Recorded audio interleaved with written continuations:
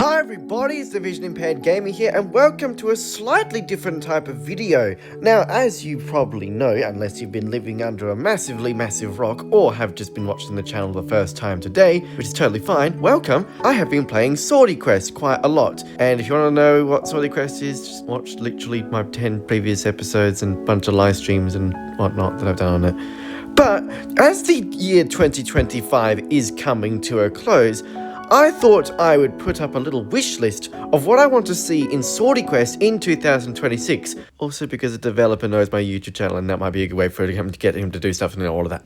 I got a number of things to get through today, so why don't we just get on through it, alright? Let's go. Starting with the first one, make an account system. Picture this, you've been playing Swordy Quest for ages on your iPad, you've had so much fun doing it, so much fun that you want to do it on your phone. You've defeated so many dragons. You've done so much stuff in the game, you're basically towards the end of the game. You download it on your phone, and you're right back at the start of the game. Additionally, you play it on your iPad, but then you get bored of it after a while, you delete it, you re-download it again, and you restart the game. Or, how about this, you update the game, you are so excited to see what's in the new update, and the game resets. You restart the game. No. That. I do not want to lose all my stuff every time I want to do something else with the game. But no! We have to lose all our stuff every time we want to do something else with the game. An easy way to fix that. Have an account system. You know, sign up with your email or something like that. And then boom, you play your game on another device. No problem. You delete the game, you re-download it. No problem. You update the game and it for some reason does something silly. No problem! I mean, honestly, the fact that this game doesn't have an account sort of system is sort of weird to me. Most games today do. Sure, you can try and do things through iCloud and whatnot to have it on another device or to have it re-downloaded properly, but that doesn't always work. It doesn't always appear on everyone's iCloud, including mine, so I can't even play it on my phone. I can only play it on my iPad.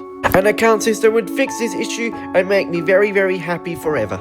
Next thing. So, if you want to make friends on Swordy Quest, well mate, you can. You have to do it through Game Center, which is great, until it's not, because the accessibility of Game Center with voiceover is questionable at best. But you know what? Part of it doesn't even matter, because having friends on Swordy Quest only matters in the terms of clan skills, which are, yes, really helpful, but apart from that and the PvP elements, which are very few, there's no real interaction between players at all in the game. Again, the PvP stuff is also through Game Center, and there's no real-time element. You go into a PvP match, you find a match after a while, after many years, and then you click something, and you click on your team or your card or whatever, and you wait a million years for the person to play their turn. That's boring! How I think it should be is have an actual in-game friend system and clan system, not just through Game Center. And that would actually make the game so much more fun. You could add so many more PvP modes that are actually real-time, and you actually sitting there with a friend, whether on the phone or in person or just on the game, and you're having a great time. Versing each other, whether you're talking to each other or not, doesn't matter. You're still having an amazing time, and you get resources and cool stuff like that, which leads on perfectly into the next thing, pretty much. Better clan stuff. Basically, the way the clans work in Swordy Quest is it's dictated by the amount of friends you have on Game Center that are playing Swordy Quest. That's great and all, until you don't have many friends. How it should be is how clans work in most other games, in that you have a clan, you have a leader of the clan, anyone can join, or it can be an invite clan, or it can be a closed clan, whatever you want to do. And then you work together and you do stuff. You could trade between clan members some resources, you could complete quests together, you could do other cool stuff together, and you might be thinking to yourself, well, hang on, how are we going to get the clan skills? You add clan levels, like let's say that level 2 clan, you get the auto fight thing, level 5 you get the gathering thing, level 10 you get the map thing. Like, you could use that pretty well and it'd be really fun, and it would actually further that multiplayer aspect of the game, because at the moment it is very much single player, which is fine, but I think that a multiplayer aspect to the game would be really good, especially as the blind community is basically the main community who plays this game, and we crave those multiplayer experiences sometimes. And what better way to do that than in our favourite game? I should mention that the clan trading idea was highlighted to me during a recent live stream from someone by the name of William Large. Thank you for suggesting that, by the way. The meaning is pretty self-explanatory. You just go into a certain place and you find some resources there, but in return, you have to give some resources as well. You could just have like a trading sink, pretty much, where anyone can go grab resources as long as they put equivalent stuff back. It could be like, okay, you want some elite blood? Okay, well you better be giving me 10 eyes of Argus and this many silver coins. The trading would probably be automated by the game. I wouldn't let players start it because they could make things really hairy potentially, so I'd have you automate the trading process. Have it as like a consistent thing.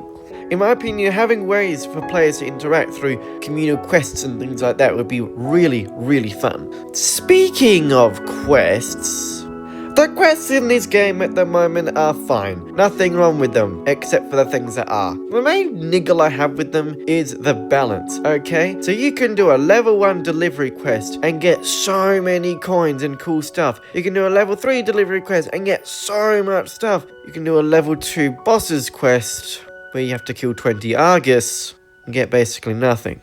What?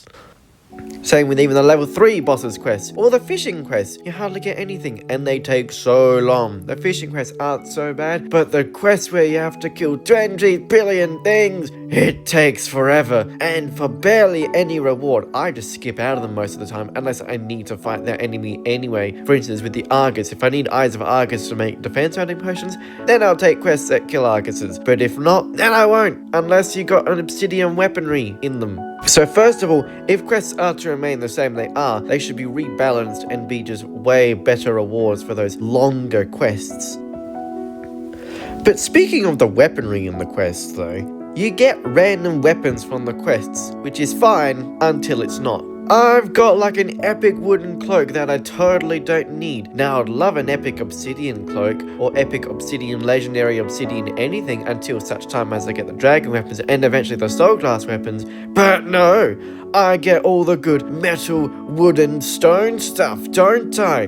Not any of the good golden obsidian stuff or just obsidian stuff, which I actually need. In my opinion, the quests as they currently are should not have the weaponry in them. Rather, you should be able to upgrade your weaponry by doing quests specific to that weaponry. Say you've got your obsidian sword, right? And you want to upgrade it to the mythic obsidian sword. Let's say that you have to upgrade it in tiers. Let's say there's up to like maybe, I don't know, 5 tiers. And to get to the next tier, you have to do different quests. Up to you whether you have 1 quest per tier or multiple quests per tiers, particularly in the higher tiers or the higher weaponry. But it should just be that you go into the inventory, you interact with the weapon, you click on it, and you're like, okay, I want to upgrade this weaponry. Well, sir, if you want to upgrade the weaponry, then you've got to complete this quest to do it. You have to kill 1 billion dragons. No, just kidding. But something like that. You complete the quest and it's like, oh my god, you got an upgraded weapon, congratulations. That gives you stuff to actually grind for in terms of that weaponry, rather than just getting random stuff that you don't need. Sure, you can sell it, but the selling prices are pretty low for that sort of thing half the time. And I'd rather get coins and resources and all of that from the normal quests and then have different quests for the weaponry so that I can actually get it done and actually work my way through the weaponry, particularly with the dragons and the sharks, or particularly the dragons. Before you can get the dragon weaponry, you have to kill 200 sharks and or 400 dragons to even start to get the better weaponry. You get that, of course, through the elite blood from the demon shark and the dragon and all that. But from the point of you fighting Argus until then, you're stuck on the obsidian weaponry, which is hard enough still with Argus, let alone the 400 dragons, where it takes 5 minutes almost to kill a dragon. If you could upgrade your obsidian weaponry as you go, then you could get it done way quicker. My next point has to do with subscriptions and monetization. I'm really sorry to say this, but Swordy Quest is kind of pay to win. By that I mean you can only do the Fontasia stuff for free. If you want to get into the Infinite and the Beyond and actually do the good stuff, you have to pay for it. And that's kind of silly, in my opinion. Rather, it should be that you have to get resources to get into the Beyond and the Infinite. Now, I get it. The developer needs to make money. He needs to pay the bills and put food on the table and all of that. But he did recently introduce the members system and the members subscription, which is actually really good. I think that is a step in the right direction. But he's also made it so that the Beyond is now a subscription monthly, or you can get the VIP subscription, you get the members and the Beyond stuff. I mean, who would just get the members on its own at that point? You just get the VIP or just the Beyond. In my opinion, I really like how the member subscription gives you more ways to progress. It's actually a really solid model of how to do that. You get the members kitchen, which you can cook in anytime you want. You get the Raw for Witches, you can play anytime you want. You get access to the members citadel, which you get to do more things in. You also get higher quality quests and whatnot, and you get better chances of higher quality weaponry. But I mean, if you implement the previous point, then that won't really be a thing anymore anyway. But you know what, that's kind of okay. I don't think members should exclusively have access to the higher quality weaponry. I think it should still be at least a way for free-to-play people to get that. The mark of a good game is that it is free to play if you want it to be, but then you can also pay to speed up your progress. Pay to progress rather than pay to win. So perhaps it should be that you have to have lots and lots of desert ash to get into the Beyond, and then you get to the Beyond, you get the elite dragons and all that, and then you eventually get the mobile portal to go to the infinite, and that would be absolutely fine. The payment comes in the form of the member subscription, where you get more chances of more resources to help you progress. Perhaps you could even have a streak system for members, where if you play for a certain amount of days, then you get really good resources. And I must say, I really like how the members get access to all the events and whatnot. That's really good.